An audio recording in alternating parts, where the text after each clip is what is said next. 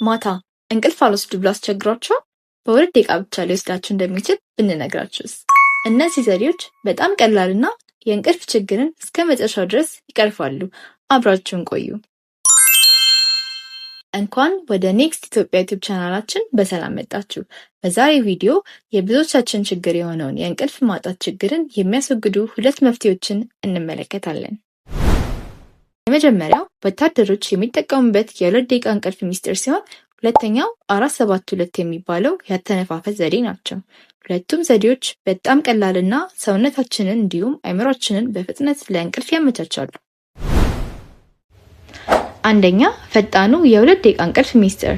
ይህ ዘዴ በወታደሮችና በአውሮፕላን አብራሪዎች ዘንድ በየትኛውም ሁኔታ ውስጥ ሆነው በፍጥነት እንቅልፍ እንዲወስዳቸው የሚያደርጉበት ዘዴ ነው። እነዚህን ዘዴዎች በአግባቡ ተከተሉ። አንደኛው፣ በጀርባችሁ መተኛት።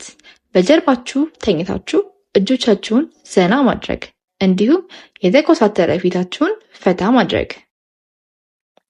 ሁለተኛው፣ እግሮቻችሁን መዘርጋት። እግሮቻችሁን ዘና እንዲል አድርጉና ትከሻችሁን በተቻለ መጠን ከሌሎች የሰውነት ክፍላችሁ ዝቅ ለማድረግ ሞክሩ። በአልጋው ወይም በምተኙበት ነገር ላይ እየሰመጣችሁ እንደሆነ አስቡ። የመጨረሻውና ዋነኛው፣ አእምሯችሁን ነፃ ማድረግ።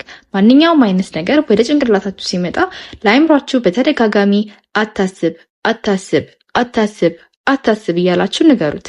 ይህንን ዘዴ ከ2 ጊዜ በላይ በተደጋግሙት እንቅልፍ ይዟችሁ ይሄዳል። ሁለተኛው 472 ያተነፋፈስ ዘዴ። ይህ ዘዴ በጣም ፈጣን ነው። በመጀመሪያ ለ4 ሰከንድ በአፍንጫችን መተንፈስ።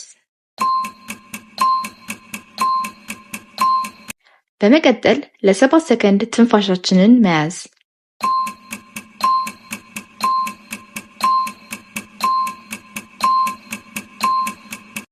በመጨረሻም ለ2 ደቂቃ በአፋችን መተንፈስ።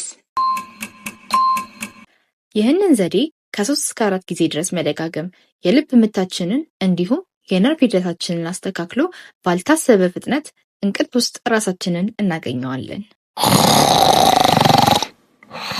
እነዚህን ዘዴዎች ማታ ማታ ሁሌ መሞከር ይኖርባችኋል።